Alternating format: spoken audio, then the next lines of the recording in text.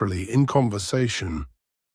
In this video, we talked about the importance of discussing your hobbies and free time.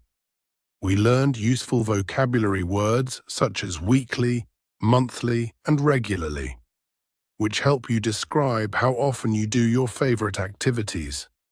We also shared practical tips for planning your free time and making your hobbies more enjoyable.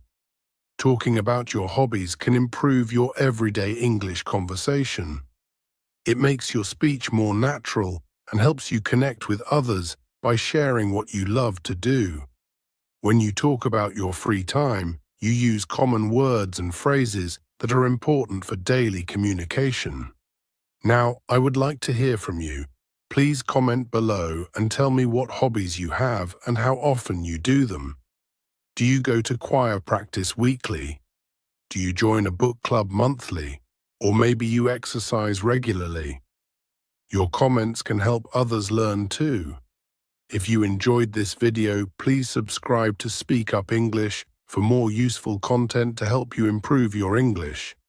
Thank you very much for watching, and I encourage you to practice using these new words every day. Goodbye and see you in the next video. Best story for listening. Listen carefully. Chapter 1. Monday, a fresh start. The alarm clock buzzed loudly at 7 a.m., pulling Emma out of her peaceful sleep. She groaned softly but smiled as she opened her eyes. It's a new week, she thought, feeling a mix of excitement and determination. Emma stretched her arms over her head and took a deep breath. Mondays were a chance to start fresh. She got out of bed and headed to the bathroom, where she brushed her teeth and splashed cold water on her face to wake up fully.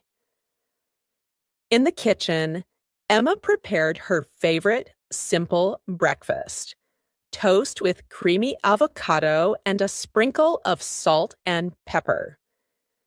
She added a steaming cup of tea and sat by the window, enjoying the golden sunlight streaming into her small apartment. It's going to be a good day, she said to herself, taking a sip of her tea. By 8:30 a.m., Emma was out the door. The morning air was crisp, and the city streets were busy with people heading to work or school. Emma popped in her headphones and played some soft music as she walked briskly to her office. The music made her feel calm and ready to face the day. Emma worked as a graphic designer at a small office downtown. She enjoyed her job because it let her be creative every day. As soon as she stepped into the office, her coworker Sarah greeted her with a cheerful, "Good morning, Emma. Ready for a busy week?" "Always," Emma replied with a grin. Mondays were typically the busiest days, but Emma liked the challenge. She set her things down and got straight to work. Her first task of the day was designing a colorful poster for a local food festival. Emma carefully chose the perfect fonts and bright colors to make the poster eye-catching. She worked with focus, occasionally sipping on a coffee Sarah had kindly brought her. Before she knew it, the clock read 12 p.m. "Lunchtime," Sarah called out. Emma joined her coworkers in the break room. She unpacked her homemade salad and sat at the table. "How was your weekend?" asked James, another coworker. "It was great," Emma said. "I went hiking on Saturday. The trail was beautiful and the weather was perfect." Her coworkers shared their weekend stories, laughing and chatting while they ate.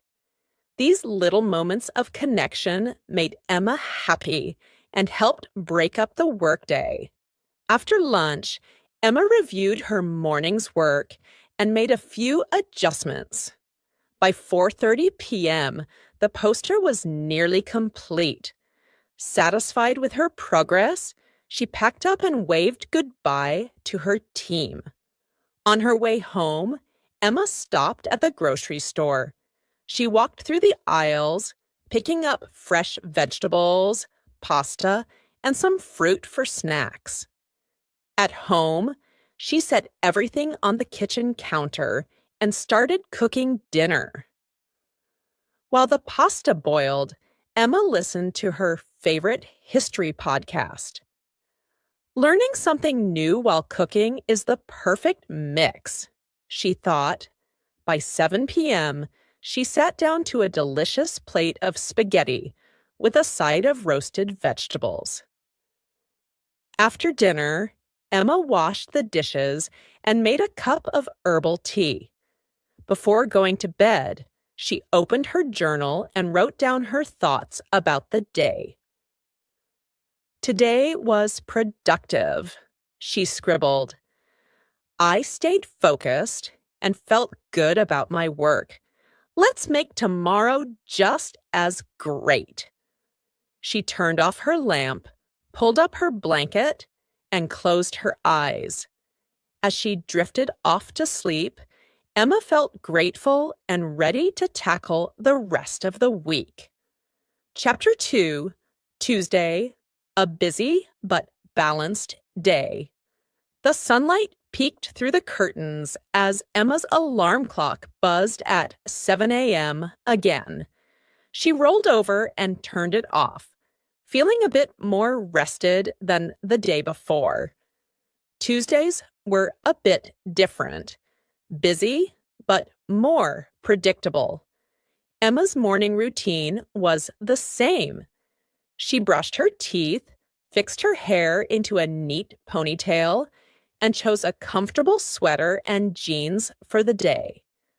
For breakfast, she made oatmeal topped with fresh berries and honey. A simple and healthy start, she thought. By 8:30 a.m., Emma was on her usual route to work. Today, she noticed the trees along the street beginning to change color. Fall is coming, she smiled, thinking of warm scarves and pumpkin-scented candles. At the office, the atmosphere was lively. Tuesday mornings meant the weekly team meeting. Emma and her coworkers gathered around the large conference table with their notebooks and laptops. Her boss, Mr. Carter, started the meeting by sharing updates and asking each person to report their progress. When it was Emma's turn, she presented her almost finished food festival poster. "Great work, Emma," Mr. Carter said. "Just a few final touches, and it'll be ready for printing." The positive feedback gave Emma a boost of energy to get through the day. After the meeting, she returned to her desk, plugged in her headphones, and began tweaking the design. She also started brainstorming ideas for her next project, a series of banners for a children's book fair. At 12:15 p.m., Emma took a short break. She walked outside to grab some fresh air and stretch her legs. The streets were buzzing with people on their lunch breaks. She grabbed a coffee from a small cafe nearby and took a moment to enjoy the warm cup in her hands. Back at her desk, she spent the afternoon finalizing her poster. By 3 p.m., it was ready. She sent it to the print shop and moved on to sketching concepts for the book fair banners. When the workday ended, Emma packed her things and felt a mix of accomplishment and relief. Time to relax, she thought, as she walked to her favorite yoga studio. Every Tuesday evening, she attended a gentle yoga class that helped her unwind after the day.